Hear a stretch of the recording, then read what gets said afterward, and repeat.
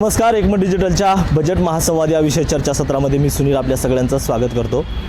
खरं तर 6 मार्चला राज्याचा अर्थसंकल्पीय बजेट सादर होणार आहे। दिवंगत अजितदादा पवार यांच्यानंतरचं हे पहिलंच बजेट जे आहे ते सादर होणार आहे।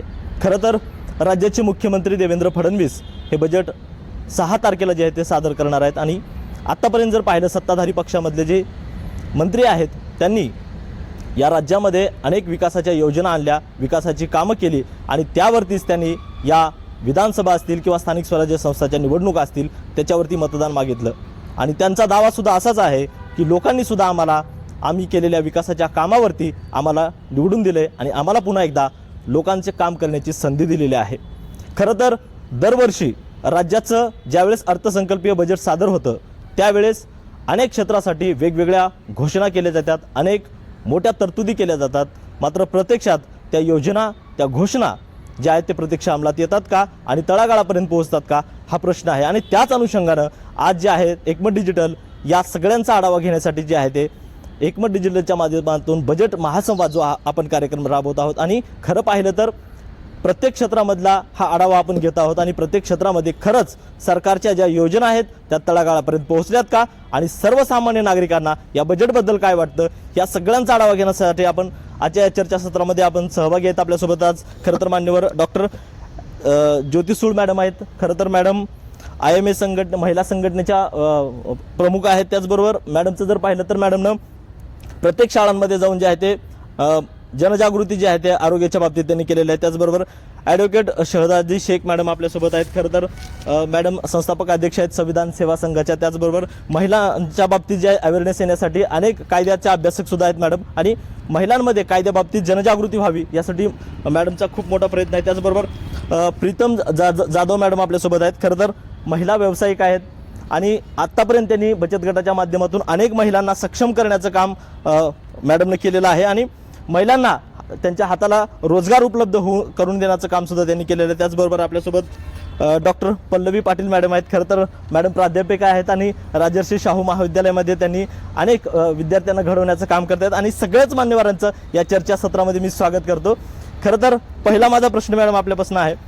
खरं तर आपण पाहिलं 36,000 कोटींचं गेल्या वर्षीचं बजेट जे आहे ते सादर केलं होतं, म्हणजे योजना ज्या घोषणा जी आहे ती 36,000 कोटीची केली होती, मात्र प्रत्यक्षात 36,000 कोटीच्या घोषणा जरी केल्या तरी महिलांच्या समस्या मिटल्यात असं वाटते का तुम्हाला? महिलांच्या जर आरोग्याच्या बाबतीत मी बोलू इच्छिते, बिईंग डॉक्टर त्याच्या बाबतीत मी बोलते, आरोग्याच्या समस्या ज्या आहेत त्या अजूनही भरपूर आहेत। जे काही बजेट मागच्या वर्षी झालं असेल ते तिथपर्यंत पोहोचलं की नाही पोहोचलं याचं हे एक महिलाचं आरोग्य हे ठरवत असतं। तर ते आरोग्यासाठी ज्या पद्धतीचं बजेट तयार करण्यात आलं सगळ्यात महत्त्वाचं अजूनही आपण बघतोय की भारत हा देश जो आहे तो कॅन्सरमध्ये सर्वायकल कॅन्सर गर्भपिशवीचा कॅन्सर आहे आघाडीवर आहे सगळ्या देशांमध्ये। तर त्याच्यामुळे त्यामध्ये वर्क करणं तेवढंच गरजेचं आहे। त्याचे संख्येचे प्रमाण अजूनही वाढतच चाललेलं आहे, ते काही कमी होत नाही आहे। त्याच्यामुळे या सगळ्या आरोग्यावर थोडंसं काम व्हावं, बजेट त्यासाठी प्रस्थापित व्हावा आणि तिथपर्यंत त्या आरोग्याच्या काळजी घेण्यासाठी मेन म्हणजे सर्वायकल कॅन्सर आणि त्याच्यासाठी पण वॅक्सिनेशनसाठी जे HPV वॅक्सिनेशन आहे की म्हणजे होऊच देऊ नये याच्यासाठी सुद्धा थोडीशी काळजी घेतली पाहिजे। त्या वॅक्सिनेशनवर पण थोडंसं बजेट आपल्याला चांगल्या पद्धतीने करता आला पाहिजे असं मला वाटतंय। तर सॉल्व झाला नाही झाला आपण म्हणता येत नाही की एकदम कम्प्लिटली ते सर्वायकल कॅन्सर इरॅडिकेट झालं आहे किंवा संपलेलं आहे असं नाही आहे, पण ते होऊ देऊ नये याच्यासाठी पण काळजी घेतली पाहिजे आणि मेन मोटो सध्या हा प्रतिबंधाचाच असावा असं मला वाटतं। खरं तर मॅडम तुम्ही म्हणालात की आरोग्याच्या बाबतीत अनेक समस्या आहेत, खरं तर मग यावरती सरकारनं काय करणं अपेक्षित आहे सध्या वाटतं या बजेटमध्ये तुम्हाला? मी सांगितलं महत्त्वाचं पॉईंट एक आहे की HPV वॅक्सिनेशन याचं खूप चांगल्या पद्धतीने कॅम्पेन करता यावं, मॅक्झिमम बजेट याच्यावर व्हावं, कारण की ट्रीटमेंटपेक्षा म्हणजे आपण जे म्हणतो prevention is better than cure.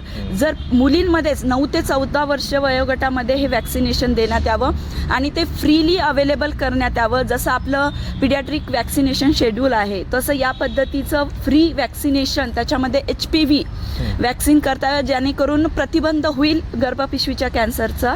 तर हे एक महत्त्वाचं धोरण त्यांनी अवलंबावं आणि असं आहे की सगळेच त्यांनी असं ऐकण्यात आलेलं आहे की 1 डोस फ्री करणार आहे HPVचं. पण मला असं वाटतं की फक्त 1 डोसने कव्हरेज होत नाही प्रिव्हेन्शनचा, तर 2 डोस तरी असावेत फ्रीमध्ये. त्यांनी सुरुवात 1 डोसने करत असतील, पण 2 डोस तरी पाहिजेच असतात कव्हरेजसाठी. आणि त्याचं एका वॅक्सिनचं किंमत जे आहे ते जवळपास 3,500 आहे. तर हे ऑब्वियस आहे की सगळ्यांना आपल्यांना हे परवडणारं नाही आहे. त्याच्यामुळे हे घेण्यासाठी याच्या मॅक्झिमम बजेट याच्यावर यावं, कारण की जास्तीत जास्त गर्भपिशवीचा कॅन्सरही आहे. आणि दुसरं म्हणजे की सगळेच गव्हर्मेंट हॉस्पिटलला किंवा पेरीफेरीला प्राथमिक आरोग्य केंद्रामध्ये जात नाही. तर इथे सुद्धा जे प्रायव्हेट प्रॅक्टिशनर आहे त्यांच्याकडे सुद्धा गव्हर्मेंटने असं काही तरतूद करावी की कमीत कमी किमतीमध्ये ते अवेलेबल करून देण्यात यावं, की जेणेकरून मिडल क्लासचे पण बाकी जे आहेत त्यांना सुद्धा हे अवेलेबल करता आलं पाहिजे. तर त्यामुळे प्रायव्हेट प्रॅक्टिशनरलाही त्यांनी हेल्प केली पाहिजे गव्हर्नमेंटने, कमी किमतीत ते आपल्याला भेटावं. दुसरी गोष्ट म्हणजे गरोदर महिलांमध्ये पोषणाचा अभाव असतो, तर हे पोषणासाठी काही तरतूद चांगल्या पद्धतीने करण्यात यावी. कारण की आपल्याला माहिती आहे की एक सदृढ आईच एक सदृढ बालकाला जन्म देऊ शकते पुढे चालून. तर त्याच्यामुळे आईच्या पोषणावर सुद्धा काही बजेट चांगल्या पद्धतीने करण्यात यावा असं मला वाटतं, आणि ते खूप महत्त्वाचं आहे. आणि तिसरी अजून एक गोष्ट मला महत्त्वाची वाटते की मेनोपॉझल क्लिनिक हे पण तेवढंच सध्या गरजेचं झालं आहे. जे आपली मेंटल हेल्थ एका वयामानानुसार आपण बघत आहोत, जेरियाट्रिक प्रॉब्लेम बघत आहोत, तर ह्या मेंटल हेल्थ आणि मेनोपॉझल जे प्रॉब्लेम आहे महिलांमध्ये खूप आपल्याला दिसून येत आहे. तर मेनोपॉझल क्लिनिक पण ठिकठिकाणी गव्हर्नमेंटने उभारावेत असं मला वाटतं. मॅडम, देशातली एकूण संख्या त्याच्यातली निम्मी संख्या ही आपली आहे. निरोगी महिला ही आरोग्यदायी कुटुंबाचे लक्षण आहे, आणि ज्या कुटुंबाचं आरोग्य चांगलं आहे त्याचा देशही मजबूत असतो. पण मासिक पाळी म्हटलं की अजूनही आपण संकोच करतो, त्याच्यासाठी खुलेआम बोलू शकत नाहीत. पण शाळा, कॉलेज आणि इतर ठिकाणी, सार्वजनिक ठिकाणी सॅनिटरी नॅपकिन आणि वेडिंग मशीन्स हे लावणे गरजेचं आहे. आणि त्याबरोबर सॅनिटरी नॅपकिन हा एक खूप कचऱ्याचा मोठा प्रश्न होत चाललेला आहे. त्याची विल्हेवाट कशी लावायची, ह्यासाठी बजेटमध्ये तरतूद काय, किंवा त्याबद्दल आपण काय बोलणार? बरोबर आहे, खूप महत्त्वाचा प्रश्न आहे की पिरियड्सच्या दरम्यान व्हेंडिंग मशीन असणं, फ्रीमध्ये सॅनिटरी नॅपकिन अवेलेबल करून देणं, हे सगळं काळाची गरजच आहे. सगळ्या महिलांना हे गरजेचं आहे. तर याच्यामध्ये बजेट हे असलंच पाहिजे, याचा एक विचार करावाच लागेल या गोष्टींसाठी. कारण की कसंही डिस्पोज करणं हे सगळे सॅनिटरी नॅपकिन ते इतरही आजारांना तेवढंच आमंत्रित करत असतात. आणि दुसरी गोष्ट म्हणजे पाळीमध्ये आपण जर इतर दुसरे साधनं वापरली तर तेवढंच इन्फेक्शन आणि गर्भपिशवीचा कॅन्सर अजून वाढण्याची शक्यता आहे. ऑलरेडी आपल्या देशामध्ये गर्भपिशवीचा कॅन्सर जास्त आहे. अजून असे जर प्रॉब्लेम्स आले, सॅनिटरी नॅपकिन्स अवेलेबल नाही झाले फ्रीली, आणि हे सगळं आपल्याला माहिती आहे रुरल एरियामध्ये हा प्रमाण जास्त आहे, किंवा जे बिलो पॉवर्टी लाईन फॅमिलीजमध्ये आहे त्यांना, मुलींना, महिलांना सॅनिटरी नॅपकिन्स वापरता येत नाही, कारण त्याचा खर्च जास्त वाटतो त्यांना प्रत्येक महिन्याला घेण्यासाठी. म्हणून आपल्या ह्या बजेटमध्ये सॅनिटरी नॅपकिन्स फ्रीली अवेलेबल करण्यात यावे, वेंडिंग मशीन अवेलेबल करण्यात यावी, स्कूल, कॉलेजेस आणि सार्वजनिक ठिकाणंही जरी ते अवेलेबल करून देण्यात आले तर खूप चांगलं आहे. आणि जवळपास बजेटमध्ये चालू आहे की 1,000 की 1,500 करोडपर्यंत सॅनिटरी नॅपकिन्स आणि वेंडिंग मशीनसाठी बजेट तयार करण्यात येत आहे. तर हे केलं आणि झालं आणि महिलांपर्यंत, मुलींपर्यंत पोहोचलं तर सोन्याहून पिवळं. आणखीन एक प्रश्न मॅडम, की सध्या 40 वय झालं की महिलांमध्ये मेनोपॉज सुरू होतो, आणि त्याच्यामध्ये महिलांमध्ये एक न्यूनगंड तयार होतो की आता मी पहिल्यासारखी सुंदर दिसत नाही, किंवा मला पहिल्यासारखं काम होत नाही. आणि ह्या न्यूनगंडामध्ये सगळ्यात अगोदर तिची चिडचिड होते आणि ती मानसिक रोगी होते. आणि आज भारतामध्ये जर संख्या पाहिली तर सगळ्यात जास्त मानसिक रुग्णामध्ये महिलांचा समावेश आहे. मग त्यामध्ये करणी, भानामती अशा वेगळ्या मार्गाकडे पोचतात. ह्यासाठी एक आरोग्यदायी डॉक्टर म्हणून समुपदेशनाची गरज तालुका, जिल्हा आणि गाव पातळीपर्यंत असणे, आणि त्याच्यासाठी बजेटमध्ये काय तरतूद आहे ह्याबद्दल तुम्ही बोला. महिला मानसिकरित्या किंवा इमोशनलरित्या, मानसिकरित्या म्हणण्यापेक्षा इमोशनलरित्या नेहमीच अपडाऊन होत असतं. कारण महिला प्रत्येक वेगवेगळ्या फेजमधून आपल्या आयुष्यातून जात असते. हार्मोन्सचं पण अपडाऊन होतं, तसं तसं त्यांच्या इमोशन्सचं अपडाऊन होतं. आणि जास्त करून आता काय मेनोपॉझल एज ग्रुप जे असतं आपलं रजोनिवृत्तीच्या वेळेस, तर त्यावेळेस खूप जास्त प्रमाणात हार्मोन्सची उलाढालच होते असं आपण म्हणू. तर यामध्ये नक्कीच खूप सारे प्रॉब्लेम्स त्यांना फेस करावं लागतात, मानसिक, शारीरिक सगळ्या पद्धतीने. तर याच्यासाठी आपल्याला पुन्हा एकदा मी मेनोपॉज क्लिनिकवर येऊ इच्छिते की मेनोपॉज क्लिनिक ठिकठिकाणी उभारण्यात यावे. गव्हर्नमेंटकडनं त्याच्यासाठी बजेट देण्यात यावा.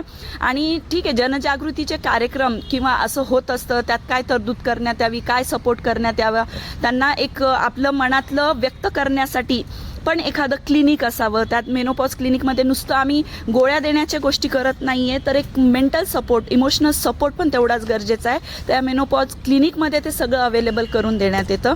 तर बजेटमध्ये याचा नक्कीच तरतूद व्हावी असं मला वाटतं. माझा प्रीतम जाधव मॅडमला प्रश्न आहे. मॅडम, ग्रामीण भागातील महिलांच्या आर्थिक स्वावलंबनाबाबत बचत गटाच्या पुढे जाऊन आणखीन काय करता येईल असं तुम्हाला वाटतं? आज आपण पाहतोय की बचत गटाचं खूप मोठं प्रस्थ आपल्याला सगळ्या खेड्यापाड्यामध्ये पाहायला मिळतंय. परंतु खेदाची बाब मी आपल्याला सांगू इच्छिते की मी तळागाळात पोहोचले, अनेक बचत गटांसाठी काम केलंय, पण अजूनही बचत गट हे फक्त व्याजाचा पैसा, म्हणजे तिथे कमी व्याज दर आहे म्हणून तो पैसा घेण्यासाठी प्रस्थापित झालेले असे बचत गट आपल्याला पाहायला मिळतात.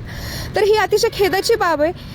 सरकारने हे जे बचत गट तयार केलेले होते, याच्या माध्यमातून अनेक उत्पादनं तयार व्हावी या हेतूने ही बचत गट स्थापन झालेली, पण त्याचं जे मोटिव्ह आहे ते कुठेतरी बाजूला राहिलंय आणि बचत गट वेगळ्याच दिशेने चालली आहेत असं पाहायला मिळतं.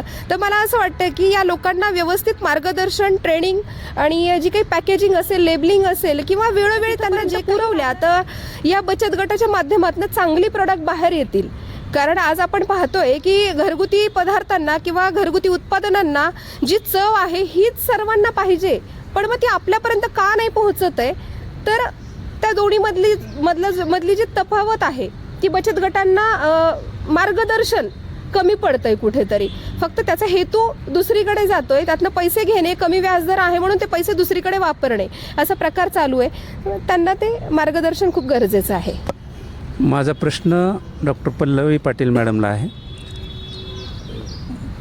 महिला सबलीकरण ऐकायला शब्द खूप चांगला वाटतो आणि महिलांना थोडासा ऊर भरून येतो अशी परिस्थिती आहे, पण प्रत्यक्षात कुठेतरी 1,500 रुपये दिले किंवा काहीतरी रेवडी वाटप केलं म्हणून काय महिलाचं सबलीकरण होतं का?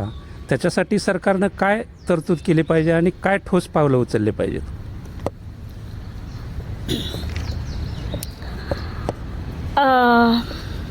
मागच्या महिन्यामध्ये आपल्या देशाचं बजेट सादर झालं फेब्रुवारी महिन्यामध्ये, आणि जानेवारी महिन्यामध्ये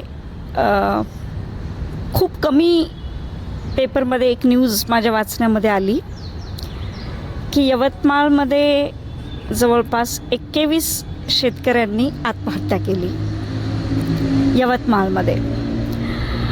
आणि यवतमाळमध्ये आमचे एक सर आहेत, माझ्या डिपार्टमेंटमध्ये काम करतात ते, मग त्यांच्या थ्रू मी थोडंसं माहिती घेण्याचा प्रयत्न केला. तिथल्या काही महिला शेतकऱ्यांनी आत्महत्या केली होती आणि मला कधी कधी थोडंसं खेदानं एक बाब नोंदवावी वाटते की त्यांच्या नावानं किंवा सातबाऱ्यावर त्यांचं नाव नसल्यामुळं त्यांच्या आत्महत्या ह्या थोड्याशा कुठेतरी अपात्र ठरल्या. इथं स्त्री शेतकरी म्हणून ती अतिशय काबाड कष्ट करते, पण केवळ तिचं सातबाऱ्यावर कुठेतरी नाव येत नाही आहे आणि म्हणून तिची आत्महत्या अपात्र तुम्ही कन्सिडर करताय. पहिली बाब. दुसरी बाब, सर मी 20-22 वर्ष झाले शिक्षण क्षेत्रामध्ये काम करते. तुम्ही लाडकी लेक म्हणताय, तुम्ही शैक्षणिक शुल्क किंवा शिक्षण शुल्क किंवा परीक्षा शुल्क माफ करण्याच्या किंवा 100% प्रतिपूर्ती असा शब्द प्रयोग केलेला आहे. 100% प्रतिपूर्ती. आणि खास करून ज्यावेळी उच्च आणि व्यावसायिक शिक्षणाचा ज्यावेळेस विषय येतो तिथं मला नमूद करावंसं वाटतं आहे की तुम्ही अख्ख्या महाराष्ट्रामध्ये पहा सर. एक छोटंसं मी एका महाविद्यालयाचं उदाहरण देते. XYZ महाविद्यालय, फॅशन डिझायनिंगचा कोर्स आहे. प्रतिवर्ष त्याची फीस आहे 25,500 रुपये. तुम्ही नोंद काय केलेली आहे की 100% प्रतिपूर्ती बोलताय तुम्ही.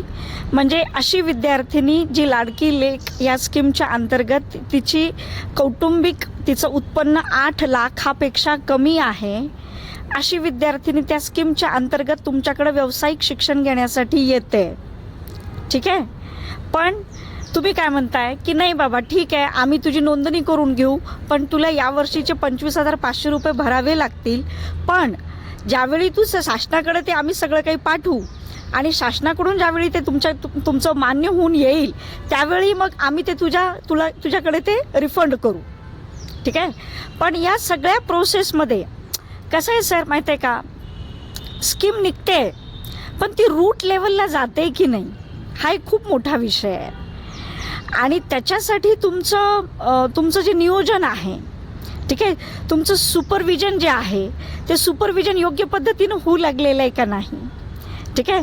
म्हणजे व्यावसायिक कोर्सेससाठी, व्यावसायिक अभ्यासक्रमांसाठी तुम्ही ज्या स्कीम काढलेल्या आहेत त्याच्यासाठी तुम्ही जी शैक्षिक शुल्क माफ करण्याची जी भाषा बोलत आहात तिथं कुठंतरी एक खूप मोठी तफावत दिसते का की तिनं तर तिच्या त्या फॅशन डिझायनिंगच्या कोर्ससाठी 1.25 लाख रुपये फीस बिचारीनं 4 वर्षासाठी भरून ती मोकळी झालेली आहे, पण शासनाचा 1 रुपयाचाही फंड तिला भेटलेला नाही आहे. ही एक कुठेतरी खूप मोठं कॉन्ट्रोवर्शियल काहीतरी दिसतंय. तिसरी बाब मला अगदी प्रकर्षानं नोंदवायचं आहे की प्रौढ शिक्षण याच्यावर येणारं बजेट आणि त्याच्या इम्प्लिमेंटेशनमध्ये, लोकल इम्प्लिमेंटेशनमध्ये इतकी मोठी ट्रिमेंडस त्याच्यामध्ये दरी दिसते की प्रौढ शिक्षणाच्या बाबतीमध्ये प्रचंड मोठ्या प्रमाणामध्ये मला फार मोठी तफावत दिसते. ते बजेट सँक्शन होतं पण ते कितपत रूट लेवलला जातं आणि कितपत त्याचं लोकल इम्प्लिमेंटेशन होतं. जसं आता लाडकी बहीण आपण म्हणतो, लाडकी बहीण योजना महाराष्ट्र माझी लाडकी बहीण योजना, मुख्यमंत्री माझी लाडकी बहीण योजना आली. योजना स्तुत्य त्या बाबतीत माझं काही म्हणणं नाही आहे, पण तो डायरेक्ट पैसा नका देऊ ना हो. तुम्ही तो डायरेक्ट पैसा नका देऊ हातामध्ये.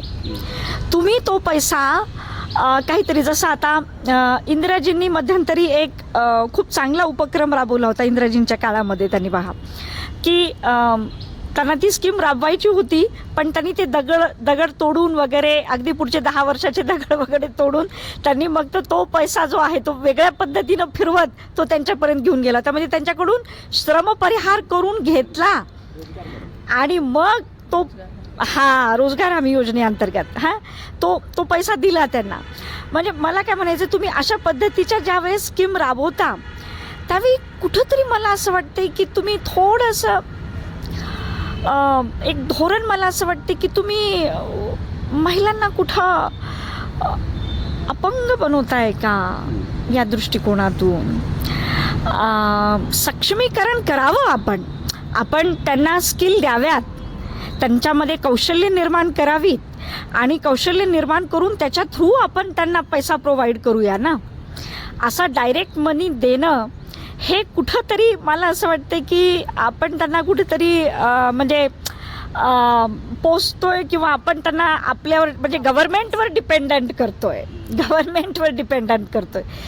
लेट देम, त्यांना आपलं डिपेंडंट होऊ द्या ना. त्याच्यासाठी तुम्ही 100% योजना राबवा. ठीक आहे. जसं शक्ती ॲक्ट आहे. सर आम्ही यूथ फेस्टिवलला गेलो होतो एका ठिकाणी आणि यूथ फेस्टिवलला गेलेलं असताना त्या मुलीच्या घरापर्यंत आम्हाला सोडायला जायचं होतं, कारण यूथ फेस्टिवलचे जे ॲक्ट पडतात ते कधी रात्री 2 वाजता, कधी 3 वाजता, कधी 4 वाजता असे पडतात. मग बाबा म्हणलं ती लोकलची आहे, तिला सोडणं आपली जबाबदारी आहे, म्हणून आम्ही गेलो. त्या पूर्ण जिल्ह्याच्या त्या पूर्ण रस्त्यावर म्हणजे स्ट्रीट लाईटच नव्हत्या सर. म्हणजे तो इतका अंधार होता इतका अंधार होता, म्हणजे अक्षरशः म्हणजे खरंच आम्हाला असं वाटलं की नाही बाबा आपण बरं झाली हिला सोडायला आलो. हां, म्हणजे स्ट्रीट लाईट्स म्हणा की जेणेकरून महिलांना स्वतःला सिक्युअर वाटलं पाहिजे ना सर त्या क्षणाला, की नाही बाबा मी रात्री 2 वाजता येते तर माझे त्या रस्त्यावरचे स्ट्रीट लाईट्स आहेत आणि तिथं कुठेतरी ते बजेट माझं सँक्शन व्हावं, त्या दृष्टिकोनातून तो विचार व्हावा आणि जिथं तिला सुरक्षा वाटावी, तिचा सुरक्षिततेचा टक्का आपण कशा पद्धतीनं वाढवू, तिचा कौशल्याचा टक्का आपण कशा पद्धतीनं वाढवू. सुरक्षेच्या दृष्टीने बजेटमध्ये काही तरतूद अतिरिक्त केली पाहिजे किंवा आत्ताची स्थिती आहे त्याच्यात काय बदल झाला पाहिजे का, असं तुम्हाला काय वाटतं नेमकं बजेटमध्ये? निश्चितच बदल झाला पाहिजे थोडासा. म्हणजे शक्ती ॲक्ट तर म्हणजे त्याच्यामध्ये तर खूप आपण प्रयोगशीलता आणू शकतो. दुसरं तर महिलांना मला असं वाटते की स्कूलपासून कॉलेजेसपर्यंत सर थोडंसं कराटे किंवा याच्या बाबतीमध्ये प्रशिक्षणावर त्याचा जर थोडासा टक्का आपण वाढवला, म्हणजे बजेटचा जर टक्का वाढवला की बाबा हे प्रशिक्षण जर तुम्ही घेतलं कराटेचं तर तुम्हाला गव्हर्नमेंटचं हे मिळेल किंवा ही सवलत मिळेल किंवा हे या पद्धतीनं मिळेल, हे जर आपण थोडं जर काही शासन करू शकलं तर मला असं वाटतं की त्याच्यामध्ये थोडासा फरक पडेल. माझा प्रश्न शेख मॅडमला आहे. मॅडम, सायबर गुन्ह्यांना बळी पडणाऱ्या ज्या महिला असतात त्या महिलांसाठी प्रत्येक जिल्ह्यामध्ये स्वतंत्र सायबर हेल्प डेस्क आणि कायदेशीर सल्लागार केंद्र उभारण्याची गरज आहे का आणि त्यासाठी शासनानं काय तरतूद करावी? अगदी चांगला प्रश्न विचारलात. ही समस्या खूप मोठी झालेली आहे. ही समस्या इतकी मोठी आहे की हे बोलता पण येत नाही. ज्या महिला किंवा ज्या मुली बळी पडतात या गुन्ह्याला हे असं बोलू पण शकत नाहीत, कारण व्हायरल होण्याची भीती आहे आणि योग्य मदत मिळेल का नाही. जसं आपल्याकडे 112ला आपण कॉल केले की लगेच पोलीस येतात किंवा दामिनी पथक असेल, पण कधी कधी ते वेळेवर पोहोचत नाहीत. अशा वेळी खूप मोठं संकट निर्माण होतं. त्याचबरोबर आपल्याकडे आता हे आहे ना, बरोबर आहे, त्याच्यातून आपल्याला बरंच म्हणजे ब्लॅकमेलिंगचा प्रकार सुरू झालेला आहे की फोटो तयार करणे, मग ते फोटो व्हायरल करणे, मग अशातून बऱ्याचदा काय होतं आत्महत्यासारखे प्रकार घडायला लागलेत. मी तर म्हणते एक समुपदेशन केंद्रच असायला पाहिजे प्रत्येक गल्लीमध्ये. जसं मॅडमनी म्हणलं की मोनोपॉजसाठी जसं पाहिजे तसं त्यांना एक मानसिक आधार देण्यासाठी किंवा आईवडिलांची जाणीव जागृती करण्यासाठी किंवा मुलींनासुद्धा जाणीव जागृती करणं गरजेचं आहे की आपण या गोष्टीला बळी नाही पडलं पाहिजे. आणि ही अतिशय धोकादायक बाब आहे. कायद्यामध्ये अशा तरतुदी आहेत पण त्या पोहोचतच नाहीत. आता तर असं वातावरण आहे की तुमच्या तक्रारीच म्हणजे दाखल केल्या जात नाहीत, गुन्हे नोंदवून घेतले जात नाहीत, FIR तुमचे नोंदवले जात नाहीत. मग अशा वेळेस महिलांना काय वाटतं की मग आपण जायचं कशाला, आपली नाचक्की होतीये किंवा आपल्या समाजामध्ये नाव खराब होते, तर आपण या घटना न केलेल्याच बऱ्या. म्हणजे आपल्यासोबत झालेला जो तो गुन्हा आहे किंवा आपण विक्टम आहेत, आपण आपल्यालाच अपराधी भाव निर्माण होण्याची आता असा काळ आलेला आहे. तर त्यासाठी तुमचा जो प्रश्न आहे त्याच्यासाठी बजेट खरंच निर्माण झालं पाहिजे. आणि अगदी मी प्रिन्सिपलसुद्धा आहे एका शिक्षकांच्या कॉलेजवरची, तर मला असं वाटतं की अगदी लहानपणापासूनच त्यांना या सगळ्या गोष्टीची माहिती देणं गरजेचं आहे. असे विषय पण ठेवले पाहिजेत जेणेकरून त्यांना ह्या गोष्टी ह्या संकोचाच्या आहेत किंवा हे बोलले नाही पाहिजेत, ह्याच्यातून आपलीच काहीतरी बदनामी होईल का, ही जी हीन भावना आहे ती काढून टाकण्यासाठी प्रयत्न झाले पाहिजेत. असे विषयच ठेवले पाहिजेत शालेय जीवनामध्ये आणि वेळोवेळी असे वेगवेगळे उपक्रम घेतले पाहिजेत की जेणेकरून त्यांना कळालं पाहिजे की जसं लहान मुलांना गुड टच बॅड टच ही कन्सेप्ट आली होती किंवा लैंगिक शिक्षण असेल किंवा स्वच्छतेच्या बाबतीत असेल. जसं की आत्ता आपण मासिक पाळीच्या विषयी आपण बोलत नाहीत, शारीरिक संबंध विषयी आपण बोलत नाहीत आणि आपण बघतोय की अगदी 3री 4थीच्या मुली सुद्धा या गोष्टीला बळी पडायला लागलेत. मग ह्या गोष्टी आपण समजावून सांगणं गरजेचं आहे आणि याच्यासाठी एक खास शिक्षकच नेमला पाहिजे.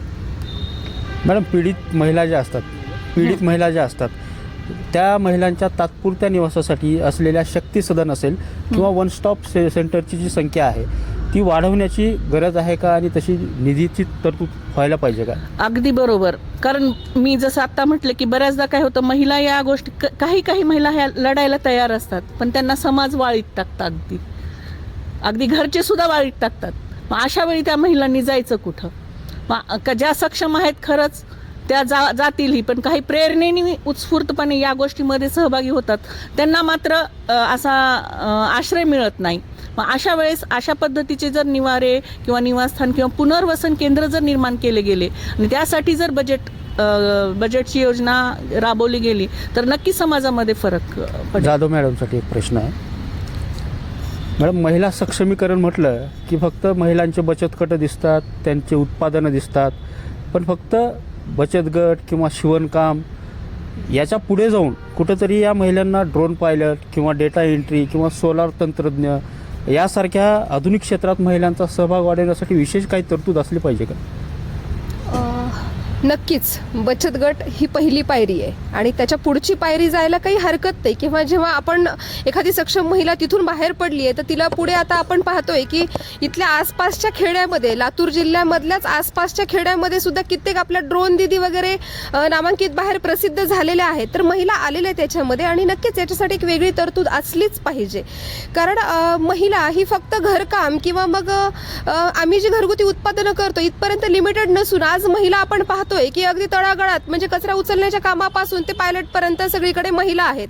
आपण पाहतोय की आता नुकत्याच झालेल्या निवडणुका इथे आपण कितीतरी महिला पाहतोय. अगदी आपल्या लातूरच्या आपण महापौर सुद्धा पाहतोय, त्या सुद्धा महिलाच आहेत. तर महिला सर्वत्र सगळं करू शकतात. अगदी त्याच अनुषंगाने असं कुठेतरी वाटतं की बचत गट तिथपर्यंत लिमिटेड न राहता थोडंसं एक सुधारित त्याच्यामध्ये काय म्हणूयात की चांगलं ट्रेनिंग आल्या पाहिजेत आणि त्याच्यासाठी एक वेगळं विशेष बजेटसुद्धा सादर झालं पाहिजे. डॉक्टर ज्योतिश्री मॅडमना माझा प्रश्न आहे. मॅडम, PNDT ॲक्ट 9994 आजही ग्रामीण भागामध्ये, इवन शहरी भागामध्ये सुद्धा ते रेशो आजही खूप डिफरन्स आहे. तर ते नेमकं त्याच्याबद्दल काय अवेअरनेस पाहिजे, शासनानं या बजेटमध्ये त्याच्याशी काय तरतूद केली पाहिजे, त्याच्याबद्दल कठोर काही कायदेशीर कारवाई करायला पाहिजे का? अजून कायद्यामध्ये तर आहेच, पण अजून काय करता येईल का? 1000 मुलांच्या मागं आजही 999च्या जवळपास मुली आहेत. म्हणजे एवढा अजून डिफरन्स आहे. तर हा डिफरन्स कसा भरून काढता येईल, त्यासाठी काय करता येईल या बजेटमध्ये तर सांगा. हा जो तुम्ही फरक सांगितलेला आहे अगदी त्याच्यामध्ये इम्प्रूव्हमेंट नक्कीच आहे. जे 1994चं तुम्ही म्हणताय, आता मुलींची संख्या खूप वाढलेली आहे. मुलींचे प्रमाणे प्रति 1000 मुलांच्या मागे नक्कीच वाढलेली आहे. ते आपण एक इम्प्रूव्हमेंट, सुधारणा म्हणूनच घेऊया, झालेले आहे. पण जर असं काही संशय असेल की शंका असेल मनामध्ये की नाही अजूनही कुठेतरी स्त्री भ्रूण हत्या होत आहे किंवा मुली कमी पडत आहे, तर याच्यासाठी वेळोवेळी म्हणजे सगळं तरतूद आलेली आहे. स्ट्रिक्ट कायदे पण आलेले आहे. मॅडमलाही त्या बाबतीत सगळे माहीत असतील. स्त्री भ्रूण हत्याचे सगळे कायदे कशा पद्धतीने स्ट्रिक्ट आहेत. मुलगा मुलगी एक समान, माझी मुलगी माझा अभिमान, असं भरपूर काही काही गोष्टी आलेल्या आहेत. आणि मुलगी असणं हे एक म्हणजे एक नैसर्गिक देणगी आहे आणि तिला एक मुलीला मुलासोबत कम्पेअर करणं यातच तिचा इन्सल्ट आहे.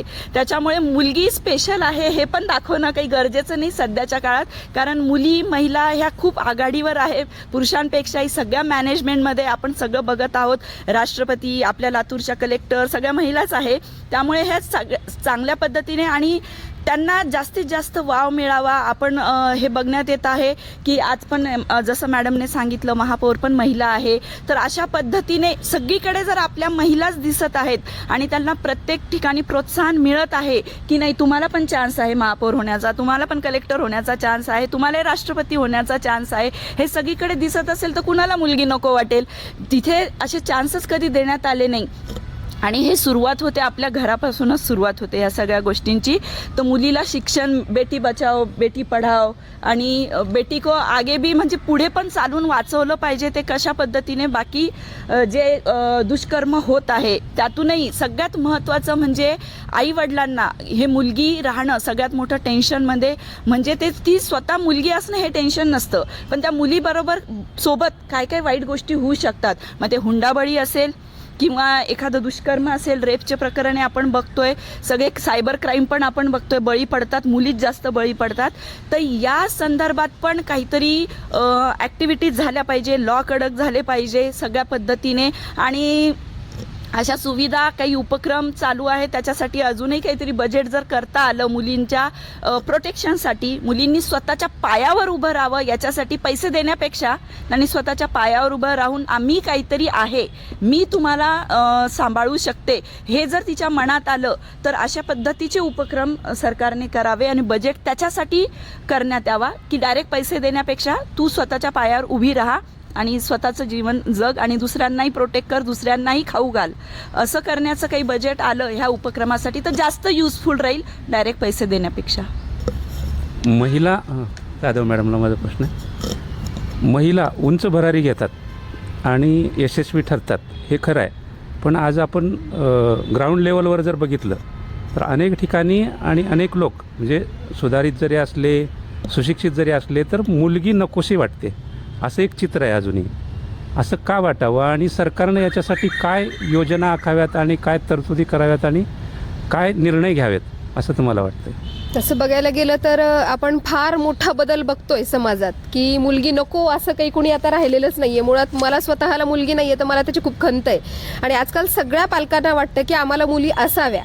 कारण आज आपण पाहतोय की महिलांसाठी जे काही सगळीकडे रिझर्वेशन आहेत, आम्हाला काय बसमध्ये 50% कपात, 50% आम्हाला तिथे आरक्षण, किंवा मग सगळ्याच ठिकाणी अगदी तुम्ही राजकारणापर्यंत पाहताय किंवा महिला बचत गट तुम्ही पाहताय का की महिला बचत गटांना आलेले पैसे वापरताना पुरुष घेत असतील पण ते बाईच्या नावावर आलेले पैसे आहेत, म्हणजे महिलांच्या नावावर आलेले पैसे आहेत. तर आता सध्या हे चित्र कमी झालंय बघायला. एक काळ होता त्यावेळेला आपण पाहत होतो की सगळ्यांनाच वाटायचं की मुलगी म्हणजे संकट, मुलगी झाली म्हणलं की घरातले नाराज व्हायचे. पण आज परिस्थिती खूप वेगळी आहे. म्हणजे अगदी 2% आपण एक अपवाद धरूयात की 2% असेलही कुठे, कदाचित आता आपल्या पाहण्यात तर नाहीये की जवळपास मुलगी नको म्हणणारे पाहायलाच मिळत नाहीयेत आपल्याला. तर म्हणजे मुली हव्याच आहेत सगळ्यांना. माझा प्रश्न शेख मॅडमला आहे. 2025 आणि 26च्या बजेटमध्ये महिला सक्षमीकरण म्हणजे आज आपण जर पेपर ओपन केलं, उघडलं तर निर्भया सारख्या घटना खूप होतात आणि त्याच्यासाठी फास्ट ट्रॅक चालवावं म्हणजे जलदगतीचे न्यायालय, हेल्पलाईन नंबर, शक्ती कायदा अशासाठी 180 कोटीची तरतूद केली होती. त्यानंतर 26ला 200 कोटी मिळाले, पण त्याच्यामधला निधी फक्त म्हणजे 74% निधी हा पडून आहे. मग यासाठी निधीची तुम्ही उपलब्धता करता पण त्याचं व्यवस्थित व्यवस्थापन होत नाही, निधी पडून राहतं. मग यासाठी या बजेटमध्ये सरकारने काय करावं? खूप चांगला प्रश्न आहे. फास्ट ट्रॅक कोर्ट व्हायलाच पाहिजे. कारण काय होतं माहिती आहे का, न्यायालयामध्ये 20-20 वर्ष खटले चालतात. कधी कधी तर तो विक्टम बिचारा मरून सुद्धा जातो पण खटला चालूच असतो. आता आपल्याकडे भोत मांगे कुटुंबाचं एक चांगलं उदाहरण आहे की सगळे संपले अक्षरशः आणि न्याय अजूनही मिळालेला नाही. त्याचं कारण असं आहे, फास्ट ट्रॅक कोर्ट म्हणजे एक वेगळा खर्च असतो, सगळी यंत्रणा वेगळी असते, पण बजेट आहे ना ऑलरेडी. मुळात काय होतं मॅडम, मी आत्ता जसं म्हटलं की हा एवढा नाजूक विषय आहे की पालक स्वतः ते दाबून ठेवतात. त्यांना वाटतं की हा जर विषय ओपन झाला तर मुलीवरती त्याचा परिणाम काय होईल, आणि मग ते तिथपर्यंत जातच नाहीत. आणि ज्या केसेस जातात तिथं एवढी म्हणजे अवहेलना होते त्या महिलेची, अगदी पोलीस स्टेशनपासून ते कोर्टपर्यंत. मग त्यांना वाटतं की ह्याच्यात न गेलेलं बरं.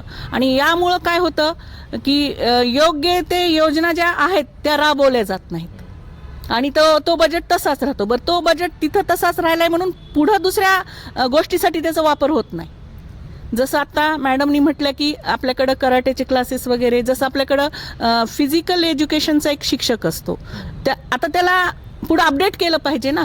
आता जुडो असतील, कराटे असतील, वेगवेगळे तायकांदो असतील, असे प्रशिक्षण दिले पाहिजेत. आणि तसेच प्रशिक्षित जर शिक्षक नेमले गेले प्रत्येक शाळेवर तर तो बजेट इकडे यूज होऊ शकतं. त्याचबरोबर जसं सायकॅट्रिक जे ट्रीटमेंट आहे ती देण्यासाठी जर समुपदेशक नेमले प्रत्येक शाळेत तर खूप फरक पडत असतं. तर ठीक आहे की ती गोष्ट आपल्याला आनंदाची वाटेल की बाबा आपल्याकडं कदाचित ते संकटच नाही, तशा घटनाच घडत नसतील म्हणून तो बजेट तसंच पडून आहे. तसं झालं तर आनंदाची गोष्ट आहे, पण तसं होत नाही. या गोष्टी दाबल्या जातात, त्यासाठी अवेअरनेस गरजेची आहे आणि हे अवेअरनेससाठी हा बजेट आपण यूज करू शकतो. पाटील मॅडमला माझा प्रश्न आहे. खरं तर मॅडम आपण म्हणतो की अनेक महिलांच्या बाबतीमध्ये अनेक सुरक्षितते अनेक कायदे आलेले आहेत, तरीसुद्धा राज्यामध्ये जर महिलांच्या अत्याचाराचं जर प्रमाण जर बघितलं तर खूप जास्त आहे. तर त्यावरती राज्य सरकारनं कशा पद्धतीनं अवेअरनेस म्हणजे ते आळा घातला पाहिजे आणि या बजेटमध्ये काय तरतूद वेगळी जी आहे किंवा नवीन कायदे जे काही वेगळे काही करता येतात का, असं काय तुम्हाला वाटतंय का त्याच्यात? सुपरविजनचा मुद्दा ठीक आहे. म्हणजे मॅडम जे बोलल्या की हे पहा, व्यवस्था आहे का, आहे, स्कीम आहे का, नक्कीच आहे, पण त्याचं सुपरविजन होऊ लागलेलं आहे का नाही. म्हणजे ती योग्य पद्धतीने राबवली चाललेली आहे का नाही, याच्या सुपरविजनमध्ये कुठंतरी मला कमकुवतपणा जाणवतो. ठीक आहे.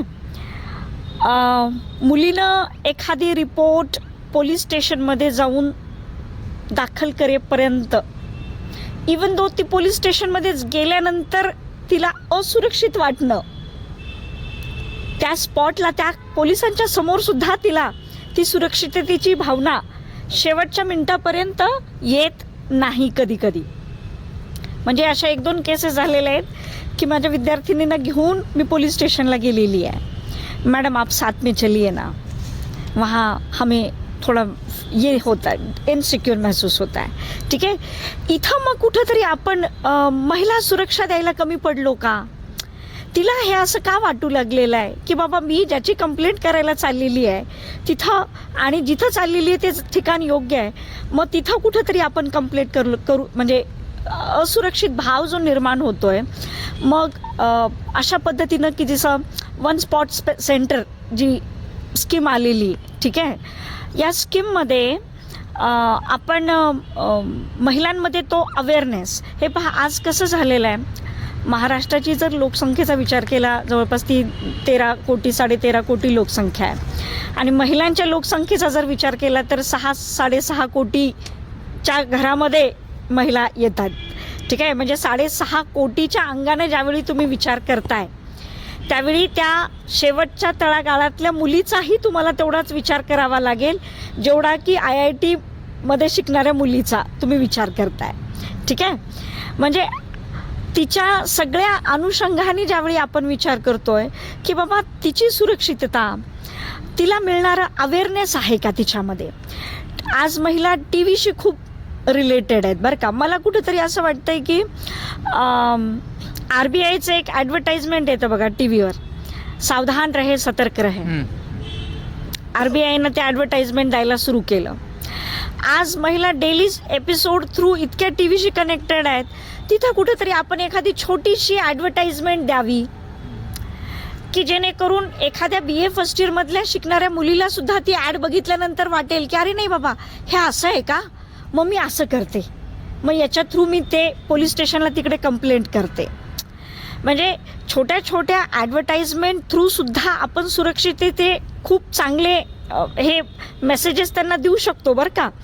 म्हणजे हे खूप इझिएस्ट वे आहे. हे पर्सनली झालं, हां, काळजी घ्यायची. हां. सरकारची काही जबाबदारी आहे का? सरकारनं काय केलं पाहिजे? नाही, सरकारनेच, मी म्हणते की बाबा तुम्ही ॲड थ्रू एखाद्या चांगल्या विज्ञापना थ्रू, ॲडव्हर्टाइजमेंट थ्रू ते TVवर कंटिन्युअसली जर सपोज तिच्या डोळ्यासमोर ते येत राहिलं की बाबा मला माझ्या सुरक्षिततेसाठी हे करायचं आहे किंवा हे त्या पद्धतीने जर तुम्ही तरतुदी केल्या आणि त्याच्यावर जर पैसे खर्च केले तर ते तिच्यापर्यंत पोहोचेल, तर तो अवेअरनेस तिच्यामध्ये येईल.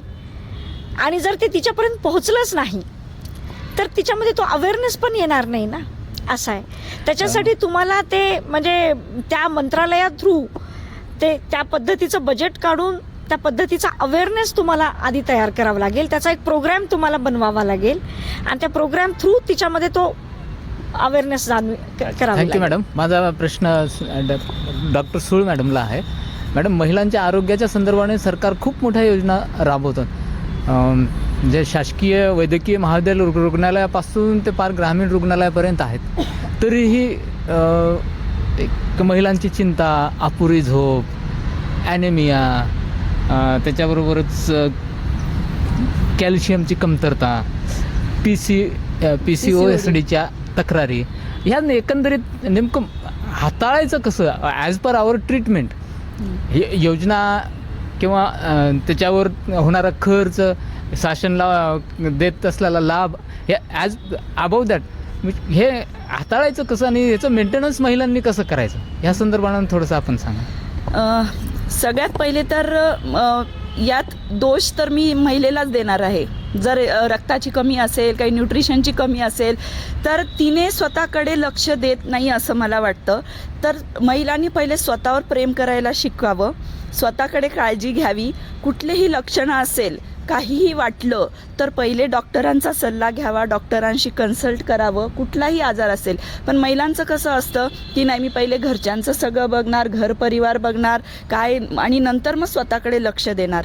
तर जर स्वतःचे प्रॉब्लेम ते स्वतः हँडल करायला शिकली किंवा स्वतःहून, आता प्रत्येक वेळी कसं होतं की मला हे त्रास होतोय, दुखतंय, पण मला नाही, घरचं पण पहिले बघायचं आहे, मुलांचा टिफिन बघायचा आहे, मुलं स्कूलला गेले पाहिजे, हस्बंड पण कामाला गेले पाहिजे, घरी कोणी सासूबाई कुणी असेल त्यांचंही बघितलं पाहिजे. तर ते स्वतःचा आजार दुर्लक्षित करतात. म्हणून पण ह्याचं प्रमाण आपल्याला महिलांमध्ये जास्त आढळतं. कुठलंही असेल, स्वतःच्या आहाराकडे लक्ष देत नाही, सगळ्यांच्या खाण्यापिण्याकडे लक्ष देते पण स्वतःच्या खाण्यापिण्याकडे लक्ष देत नाही. तिसरं म्हणजे जरी काही लक्षणं जाणवले की जायचं आहे हॉस्पिटलला, परत ती डिपेंडंट असते हजबंडवर. मला कुणी घेऊन जाईल का, मला घरचं दुसरं कुणी तिथे घेऊन जाईल का, मी एकटी कशी जाणार. तर पहिले मला असं वाटतं की स्वतः आपण डिपेंडंट होणं शिकावं, स्वतःला प्रेम करणं शिकावं. आणि बाकी जर लक्षणं घेऊन, कुठला प्रॉब्लेम घेऊन आमच्याकडे आले बिईंग डॉक्टर, तर पुढचं medical point of view treatment द्यायला आम्ही तर कधीही सतर्क आहोत किंवा देण्यामध्ये इंटरेस्टेड आहोत, त्यात काही पॉईंट नाही आहे. आता हे झालं महिलेच्या बाबतीत की तिने स्वतः काळजी घेतली तर हे सगळे प्रमाण कमी होतील. मग ते डाएटच्या बाबतीत म्हणतील. आणि फायनली आमच्याकडे आल्यावर आम्ही काही औषध गोळ्या दिल्याही सगळं, किंवा सरकारने प्रोव्हाइड केल्या कुठून नाही, समजा गव्हर्नमेंट हॉस्पिटलकडनं, पण ते खाणं परत महिलेवरच येतं. जर आम्ही सगळं देऊन, सगळं प्रोव्हाइड करून तिने खाल्लंच नाही, काळजी घेतलीच नाही, तर पुन्हा दोष तिच्यावरच आहे मॅक्झिमम. तर इथे कुठेतरी महिलेने स्वतःची काळजी घ्यावी, स्वतःवर प्रेम करावं. आणि हे सगळं होण्यासाठी मी पण पहिले एक सांगितलेला आहे पॉईंट की सदृढ मातासाठी पोषण हे एक योजना, पोषक योजना सदृढ माता, ते तर त्याच्यावर जास्तीत जास्त बजेट करून प्रेग्नन्सीमध्ये चांगला आहार, जे काही कमतरता प्रेग्नन्सीत जाणवते कॅल्शियमची, आयर्नची, हे पण प्रोव्हाइड करण्यात यावं. आणि जास्तीत जास्त बजेट ते पोषणवर देण्यात यावं असं मला वाटतं. तर महिलांना असा काही आजार उद्भवणार नाही. दुसरी गोष्ट म्हणजे सरकारने प्रोव्हाइड केलेला आहे पेरिफेरीला रक्तवाढीच्या गोळ्या, आयर्न आपण म्हणतो, कॅल्शियम, पण व्हिटॅमिन डी युजली अवेलेबल होत नाही. व्हिटॅमिन डी हे आपण त्याला एक थोडं सेकंडरी समजतो, पण व्हिटॅमिन डी कॅल्शियमप्रमाणेच आणि आयर्न प्रमाणेच महत्त्वाचं आहे. पण त्याचं सुद्धा प्रोव्हिजन केलं पाहिजे व्हिटॅमिन डीचं. तर सरकारच्या बाबतीत तर आता त्यांनी बजेट मॅक्झिमम नक्की आहे की थोडं हॉस्पिटल थ्रू सगळं अवेलेबल करण्यात यावं, इझिली अवेलेबल व्हावं, इझिली. ठीक आहे, तुम्ही बजेट देताय, इतक्या करोडचं आहे, ह्या टॅबलेट, हे सगळे इंजेक्शन, गोळ्या सगळ्या अवेलेबल आहे, पण अवेअरनेस आणि महिलांपर्यंत पोहोचवण्याचं कसं, तर या बाबतीत मध्ये कोणतरी दुवा असावा, मग तो डॉक्टरच असावा असं मला वाटतं. नॉन मेडिको पर्सनला ठेवण्याचं काही उपयोग जास्त होणार नाही. तर त्याचं एक बजेट जर करता आलं. आता सगळ्यांचं असं म्हणणं असतं की नाही, आम्ही हे सगळं अवेलेबल करतोय पण महिलांपर्यंत पोहोचत नाही आहे कारण तिथे डॉक्टरच नाही आहे कामाला, जे दुवा आहे. पण डॉक्टरांना तेवढी तुम्ही पेमेंट पण द्या ना. आता कुठला डॉक्टर, ठीक आहे आपण म्हणतो की नाही बाबा पैशांकडे का बरं बघतात हे, पण पोटापाण्याचं प्रत्येकाला पहिले ते बघावंच लागतं.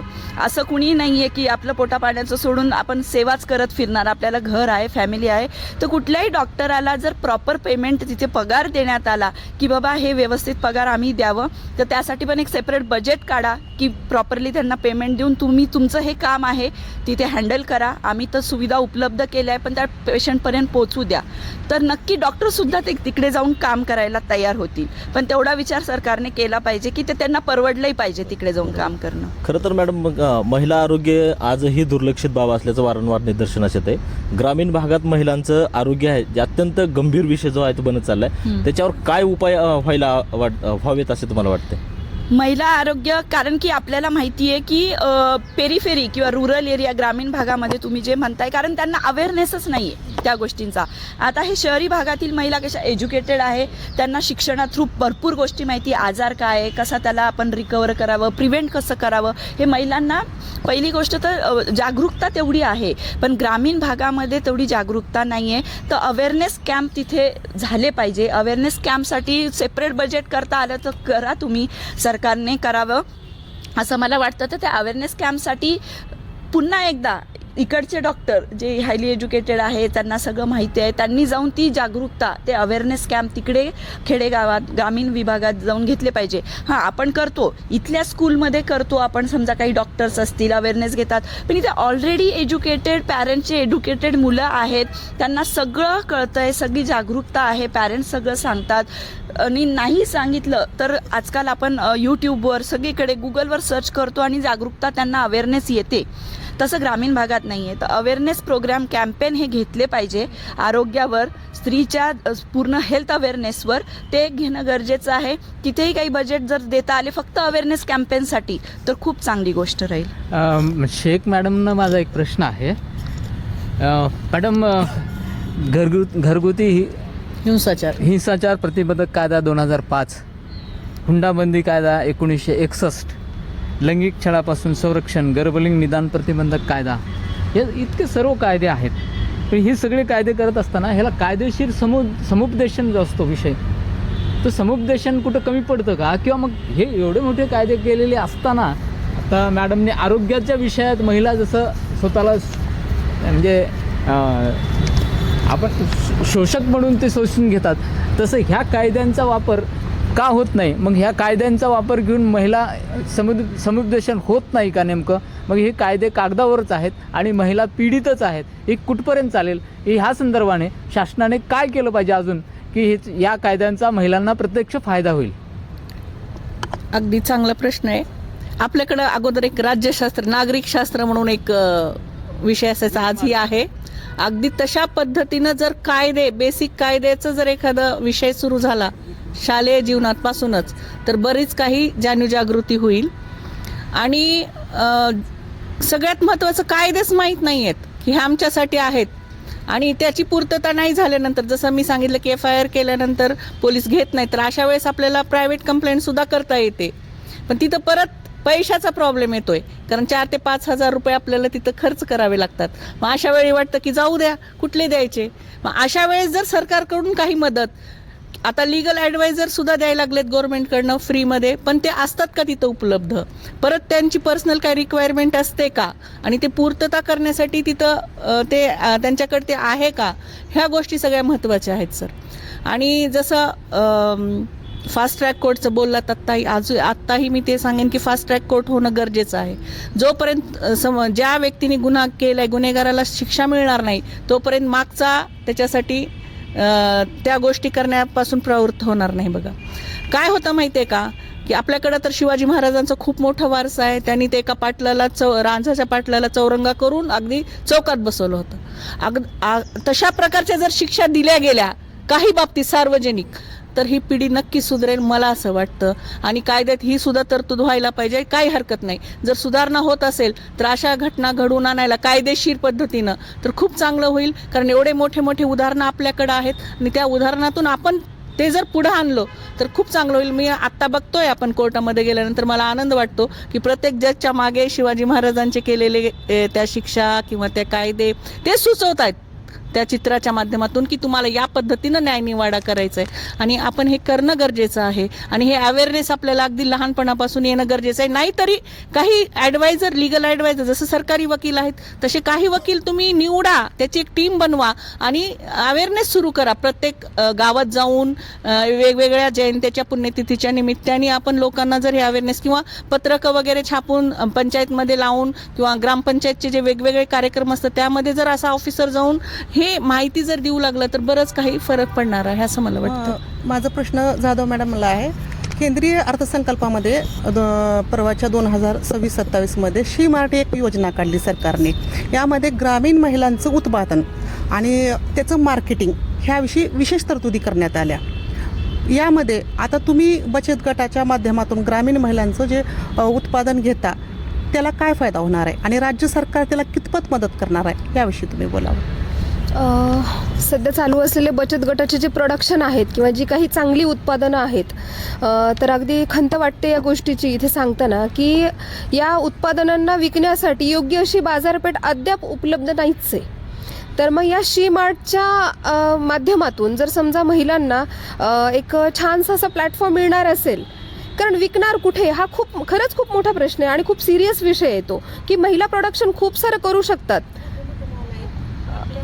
नाही, मुळात त्या मॉलमध्ये एखादा प्रॉडक्ट देण्यासाठीची खूप मोठी प्रोसेस आहे आणि अगदी तुम्हाला जे मॅन्युफॅक्चरिंग कॉस्ट आहे त्या कॉस्टला ते प्रॉडक्ट तिथं द्यावं लागतं. तर मग या महिलांना यातनं फायदा कसा मिळेल ना? जर समजा तुमचं ते प्रॉडक्ट 50 रुपयांचं आहे, तुमची मॅन्युफॅक्चरिंग कॉस्ट 30 रुपये आहे आणि ते खरेदी करताना 29 रुपयाला 28 रुपयाला मागतायत, तर त्या महिलांनी त्या पदार्थांची किंवा त्या उत्पादनांची विक्री करायची कुठं, हा खूप मोठा यक्ष प्रश्न महिलांच्या पुढे उभा आहे. तर कुठेतरी असं वाटतं की प्रत्येक शहरामध्ये बचत गटाने तयार केलेल्या उत्पादनांना एक चांगलासा प्लॅटफॉर्म या माध्यमातून उपलब्ध झाला पाहिजे. माझी तर नेहमीच ही महिलांसाठी मागणी असते आणि वेळोवेळी प्रदर्शनांच्या माध्यमातून तुम्ही नवीन तयार केलेल्या उद्योजकांना एक प्रोत्साहनपर ही शिबिरं किंवा ही एक्झिबिशन्स आयोजित केली पाहिजेत, ज्या माध्यमातून आपण या सगळ्यांना सोबत घेऊ शकतो. जिथे कायद्याचं समुपदेशन केंद्र असेल, असं आरोग्यविषयक असेल, या सगळ्यांना एकत्र करून हा एक सुंदर प्लॅटफॉर्म होऊ शकतो. तसंच शी-मार्ट सारख्या अनेक प्लॅटफॉर्मची मागणी आमच्या महिला बचत गटांकडून नेहमीच होत असते आणि अपेक्षा आहे मंजूर होईल. आत्ता शेख मॅडमने ज्याप्रमाणे म्हटलं की मुलींना लहानपणापासूनच कराटेचं प्रशिक्षण देण्यात यावं.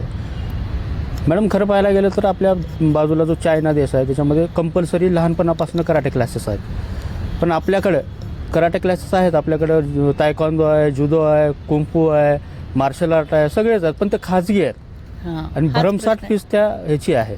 आणि त्याच्या पलीकडे जाऊन सांगतो, मी ज्यावेळी 5वी-6वीला होतो त्यावेळी प्रत्येक शाळेमध्ये मुलींसाठी दोरीचा मल्लखांब आणि मुलासाठी मल्लखांब राहायचे. आज जिल्ह्यामध्ये किंवा महाराष्ट्रामध्ये, मराठवाड्यामध्ये कोणत्याही शाळेमध्ये मल्लखांब, दोरी मल्लखांब खेळाचे शिक्षक आजही शिकवत नाही, त्यांनाच माहीत नाही. आणि बेसिक जर पाहायला बघितलं तर मुलींना लहानपणापासून जर सक्षम करायचं असेल किंवा मजबूत करायचं असेल तर बेसिक ह्यांच्यापर्यंत पोचतच नाही. त्यासाठी जुन्या काळात तर होतं थोडंफार तरी ते सक्षम किंवा मजबूत होत होत्या, पण आता तर ते पण राहिलं नाही. काय तरतूद व्हायला पाहिजे? बघा, तिथून सुरुवात झाली आरोग्यापासून. शिक्षणाचा जो उद्देश आहे सर्वांगीण विकास, त्यामध्ये शारीरिक पहिल्यांदा आहे, त्यानंतर बौद्धिक आहे, मानसिक आहे, भावनिक आणि शेवटी सामाजिक आहे. कारण हे सगळे विकास कशासाठी करायचं तर तो एक सक्षम नागरिक बनून जगला पाहिजे समाजामध्ये आणि समाजासाठी त्यांनी काहीतरी केलं पाहिजे. म्हणून तर मी म्हटलं की हे सगळे फीस घेऊन आहे, तो म्हणजे श्रीमंत लोकांसाठीच आहे सगळं. मग गरिबांनी काय करायचं? म्हणून अगदी सरकारी शाळेपासून प्रायव्हेट शाळेपर्यंत असे प्रशिक्षक पाहिजेतच, फक्त खेळाचे शिक्षक नाही. तर हे सगळे जे अपडेट ह्या गोष्टी आहेत, आज काळाची गरज आहे. महिलांचं जे सुरक्षेचा प्रश्न आहे अतिशय बिकट झालेला आहे आणि यासाठी पाहिजे. कसं होतं माहिती आहे का, कधी कधी कायद्याचे रक्षकच भक्षक बनलेले आहेत. पर्सनल अनुभव आहे आणि मग अशा वेळी आपल्याला तिथं सुद्धा स्वतःची रक्षा करता आली पाहिजे. या अनुषंग कसं कधी होईल? तुम्ही प्रशिक्षित असाल तर. आणि मी ते होते म्हणून स्वतःचा बचाव करू शकले. आणि असे उदाहरणं जर द्यायचे असतील, समाजात घडवायचे असतील, तर मग लहानपणापासूनच तो बेस तुम्हाला निर्माण करावा लागेल. आणि खाण्यापिण्याकडे आपल्याकडे जंक फूड खूप चालू आहे सध्या. पोषण आहार तुम्ही देताय शाळेत, तो खरंच पोषक आहे का? कसला आहे ते बघा. कारण आपल्याकडे कमिट्या बऱ्याच आहेत, बरंच काय त्याच्यावर एखादा प्रसंग घडला की उहापोह होतं, परंतु परत तेच ये रे माझ्या मागले असं सुरू होते. म्हणून सरकारने हे, आणि सगळ्यात महत्त्वाचं सांगते, बदलेल न बदलेल माहीत नाही, पण ज्या ज्या क्षेत्राचे लोक आहेत त्या क्षेत्राचे लोकच तिथं जर असतील मेन, तर ह्या समस्या सुटू शकतील. नाहीतर काहीच होणार नाही. ज्यांना काहीच माहीत नाही, एज्युकेशनचं माहीत नाही, तो शिक्षण मंत्री आहे. ज्याला हेल्थचं हेच माहीत नाही, तो आरोग्य मंत्री आहे. ह्या सगळ्या ज्या घटना घडत आहेत त्याचं कारणच हे आहे. किमान त्यांनी, ठीक आहे, आपल्या संविधान आहे, संविधानाने प्रत्येकाला, शिक्षित लोकांना सुद्धा राज्यकर्ते बनण्याचा अधिकार दिलाय. तर अशा वेळेस किमान त्यांचे जे सहाय्यक आहेत त्या क्षेत्रातले असावेत असं मला वाटतं. त्याच्यासाठी बजेट तुम्ही उपयोग करू शकता. तुम्ही ज्या उद्देशाने लोकप्रतिनिधी म्हणून तिथं गेलात, खरंच लोकांच्या समस्या सोडवा. तुम्हाला प्रचार करायची सुद्धा गरज पडणार नाही.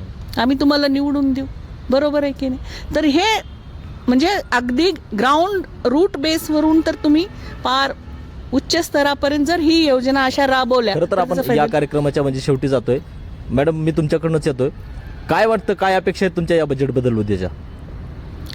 बजेटमध्ये महिलांचा जर प्रश्न घेतला तर अगदी बालपणापासून ते वृद्ध अवस्थेपर्यंत त्यांना जेवढी मदत करता येईल तेवढं. आता सगळ्याच बाबतीत बोलते मी. आपण म्हणलो की प्रशिक्षण त्यांना दिलं पाहिजे सगळ्याच बाबतीत. जसं बचत गटाचं सांगितलं, मग आपण ग्रामीण भाग घेतला तर ग्रामीण भागामध्ये शेतकऱ्यांची आणि उद्योजकांची जर सांगड घातली गेली, कारण माझा विषयच होता फळ प्रक्रिया उद्योग. आपल्याकडे बघतोय आपण बरेच वेगवेगळे भाजीपाले वगैरे लावले जातात. जेव्हा सगळ्याच शेतकऱ्याकडे भाजीपाला येतो तेव्हा काय होतं, ते फेकून दिला जातो, अगदी 1 रुपया किलोने विकलं जातं. मग अशा वेळेस आपण फेकून देतो शेतकरी. जर त्याचा उपयोग महिलांनी केला तर, म्हणजे शेतकऱ्यांनाही त्यांचं उत्पन्न वगैरे मिळेल आणि महिलांनाही सरकारनं काय केलं मग मी पाहिजे? तेच सांगते, त्याच्यासाठी त्यांनी ते वेगवेगळे असे ट्रेनिंग क्षेत्र, हे प्रशिक्षण केंद्र वगैरे निर्माण केले पाहिजेत. त्याचबरोबर जाणीव जागृती महत्वाची आहे. आमच्यासारखे समजा जे PhD जिओग्राफीमध्ये PhD झालेले लोक आहेत त्यांना तुम्ही संधी द्या, ते सांगतील तुम्हाला की कोणत्या हवामानात कोणते पिकं आणि कोणते उद्योग त्या गोष्टीसाठी उपयोगी पडतील. या पद्धतीनं जर वेगवेगळे कार्यक्रम आयोजित केले तर नक्कीच आपल्या देशाचा विकास होईल. कारण सगळ्यात महत्त्वाचं आहे, आपण कृषीप्रधान देशात राहतोय आणि मूळ आपला जो उद्योग आहे तोच विकसित झाला नाही. मी पाटील मॅडमकडे येतोय. मॅडम, 6 तारखेला बजेट सादर होणार आहे. तुमच्या काय अपेक्षा आहेत? असं काय वाटतं तुम्हाला की काय अजून बदल व्हायला पाहिजेत महिला सक्षम होण्यासाठी? उमेद मॉल नाव येईल असं अपेक्षित होतं मला. म्हणजे 150 कोटीची तरतूद केलेली होती शासनाने, पण उमेद मॉल मला कुठं काही जिल्ह्यामध्ये दिसत नाही. बचत गटाच्या महिलांसाठी एक त्यांचं हक्काचं प्लॅटफॉर्म, अशा गोष्टी तुम्ही बोलत होता, पण ते काही कुठं दिसत नाही आहे. कदाचित आपल्याला पुढच्या बजेटमध्ये ते दिसेल असं आपण अपेक्षा करू. नंबर 2, अवेअरनेस, सुपरविजन फार महत्त्वाचं आहे महिलांच्या बाबतीमध्ये, की रूट लेवलच्या महिलेला सुद्धा तिच्यामध्ये तो अवेअरनेस यावा कायद्याविषयी, आरोग्याविषयी. ती जी काही योजना येते तिला त्याची माहिती व्हावी, त्याचा अवेअरनेस व्हावा आणि त्याच्यावर एक सुपरविजन चांगल्या पद्धतीनं व्हावं. नंबर 3, मुलींच्या फीसच्या बाबतीमध्ये मी आवर्जून बोलीन की तुम्ही प्रतिपूर्ती हा शब्द प्रयोग केलेला आहे. 100% प्रतिपूर्ती हा प्रयोग केलेला आहे आणि व्यावसायिक कोर्ससाठी, व्यावसायिक अभ्यासक्रमांसाठी तो केलेला आहे. कारण गेले 10-12 वर्ष तर अशी ही भरती बंदच आहे. त्याच्यामुळं मराठी आमचा स्वाभिमान आहे म्हणायचं आणि मराठी शाळा बंद पाडायचं हे कुठंतरी एक विसंगनात्मक, एक विरोधाभासी धोरण जे आहे ते कुठंतरी आपण थोडंसं याच्यावर पॉज घ्यावा, विचार करावा आणि परत आपण त्या शाळांना त्याच फॉर्ममध्ये आपण कशा पद्धतीनं. सरांनी जे फार महत्त्वाचा मुद्दा बोलला, ते म्हणाले की बाबा आमच्या लहानपणी मल्लखांब, रोप मल्लखांब असे विषय दिसायचे, कारण ते जिल्हा परिषदेच्या शाळांमध्ये जास्त होते सर. जिल्हा परिषदेच्या शाळा ज्या दिवशी मरतील त्या दिवशी हे सगळं संपून जाईल. त्याच्यामुळे शिक्षणाच्या बाबतीमध्ये अतिशय गांभीर्याने ते बजेट पद्धतशीरपणे शासनाने राबवावं. मी जाधव मॅडमकडे येतो. मॅडम, काय वाटतं तुम्हाला या बजेटमध्ये काय अपेक्षित आहे, काय व्हायला पाहिजे? महिला उद्योजिका झाल्या पाहिजे आणि बचत गटांना आणखीन चांगल्या पद्धतीनं पुढे राबवण्यासाठी कुठल्या अजून तरतुदी केल्या पाहिजेत, काय वाटतं? आपण मला इथं महिला उद्योजिका म्हणून बोलवलेलं आहे, तर मी त्या संदर्भात बोलेल की मी आत्ता आपण जशी आपली सविस्तर चर्चा झाली अगदी त्याचप्रमाणे आपल्याला महिलांनी तयार केलेल्या उत्पादनांना एक सुंदर असा बचत गटाचा जो मॉल, जी कन्सेप्ट आहे ती खूप मोठ्या वाईल्ड फॉर्ममध्ये आपल्याला इथे पाहायला मिळाली पाहिजे. अतिशय अद्ययावत असं दालन त्याचं एक उघडलं गेलं पाहिजे, जे शासनाच्या मार्फत पाहिजे आम्हाला. प्लस अजून एक मला असं वाटतं की बजेटमध्ये महिलांसाठी आपण जे महिन्यामध्ये एखादं तरी महिलांना फ्री ट्रेनिंग ठेवलं पाहिजे, जेणेकरून महिलांना तुम्हाला बेसिकपासून तयार करायचं आहे, तुम्हाला 4 पैसे मिळवायचे तर तिला घर सांभाळून करायचं असतं, तर तिची मानसिकता पण तयार करायला पाहिजे. तर कुठेतरी ते सुद्धा समुपदेशन आपल्याला गरजेचं आहे. सो ट्रेनिंग सेंटर ही एक माझी मागणी आहे बजेट, म्हणजे तुम्ही ज्या अनुषंगाने प्रश्न विचारताय तिथे. तसंच महिलांना तयार केलेल्या उत्पादनांसाठी आपण जो मॉल मागतोय, तुम्ही आता म्हणालात की उमेदचा मॉल आहे, फक्त मॉल तयार करून काही होणार नाहीये. मुळात तुम्हाला मॉल तयार केल्याच्या नंतर त्या लोकांना कस्टमर देणं सुद्धा ती तितकीच जबाबदारीची गोष्ट आहे. तर तुम्हाला तिथे कुठेतरी अशा सूचना असाव्या की या लोकांनी इथे खरेदी करावी. या पद्धतीचं जर काही करता आलं तर महिला उद्योजकांना नक्कीच एक याच्यातनं बळ मिळेल. या बजेटमध्ये मी इतकंच मागू इच्छिते की एक सुंदर असं अद्ययावत दालन असावं जे महिलांच्या बचत गटाच्या उत्पादनांना प्लॅटफॉर्म मी सूड मॅडमकडे येतो. मॅडम, खरं तर आरोग्याच्या बाबतीमध्ये अशी कुठली घोषणा जी आहे ती या अर्थसंकल्पामध्ये व्हावी असं वाटतं तुम्हाला? या अर्थसंकल्पामध्ये जे HPV वॅक्सिनेशनसाठी 1 डोस फ्री करण्यात येणार आहे. माझं अजूनही म्हणणं आहे की 1 डोसने काही होणार नाही, 2 डोस फ्री करण्यात यावे. आणि प्रायव्हेट हॉस्पिटल्सला हे वॅक्सिन कमीत कमी दरामध्ये अवेलेबल करून देण्यात यावं. म्हणजे जे दुसरे इतर शहरात राहणाऱ्या मुलींनाही ते अवेलेबल होईल. आणि शारीरिक आरोग्याप्रमाणेच मानसिक आरोग्य तेवढंच महत्त्वाचं आहे. तो मेनोपॉझल क्लिनिक्स ठिकठिकाणी गव्हर्नमेंटने त्याच्यासाठी बजेट अवेलेबल करून देण्यात यावं. आणि महत्त्वाचं जसं प्रिव्हेन्शनसाठी HPV वॅक्सिनविषयी बजेट करण्यात आलं त्याचप्रमाणे पॅप स्मिअर ही स्क्रीनिंग टेस्ट आहे गर्भपिशवीच्या कॅन्सरसाठी, तर ती चांगली फ्रीली अवेलेबल करण्यात यावी. आणि ग्रामीण भागापर्यंत पोहोचवण्यासाठी एक मोबाईल व्हॅन वगैरे आहे, त्याच्यासाठी त्यांनी जास्तीत जास्त बजेट त्याच्यासाठी पण करण्यात यावं की जेणेकरून हे सगळं फ्रीली अवेलेबल होईल आणि लोकांपर्यंत पोहोचावं. सर्वात महत्त्वाचं बजेट करता आहे पण हे योग्य पद्धतीने ह्या आरोग्य सुविधा जे एवढं मोठं बजेट त्याच्यामध्ये आपण घालवलेलं आहे ते महिलांपर्यंत किंवा कुठल्याही रुग्णांपर्यंत पोहोचतं की नाही याची खात्री कुणीतरी करण्यात यावी. त्यासाठी कुणाला तरी तिथे निवडण्यात यावं सुपरविजनसाठी. हे सर्वात महत्त्वाचं राहील. बजेट करा पण पोहोचतं की नाही तेवढं बघा. नक्कीच खूप खूप धन्यवाद. आपण सगळ्यांनी या कार्यक्रमामध्ये वेळातला वेळ काढून आमच्यासोबत चर्चा घडवली. खरं तर 6 मार्चला राज्याचं अर्थसंकल्पीय बजेट सादर होणार आहे. श्री देवेंद्र फडणवीस राज्याचं अर्थसंकल्पीय बजेट मांडणार आहेत आणि या बजेटमध्ये महिला सक्षमीकरण आणि महिला सबलीकरणासाठी कुठल्या ठोस घोषणा आणि किती कोटींची तरतूद जी आहे ती येत्या काळामध्ये करणार आहेत आणि ती केलेली तरतूद तळागाळापर्यंत पोहोचणार आहे का हे सुद्धा पाहणं महत्त्वाचं आहे. या चर्चेमध्ये आपण इथंच थांबतोय. उद्या भेटूयात नवीन मान्यवरांसोबत नवीन मुद्द्यावर. तोपर्यंत धन्यवाद.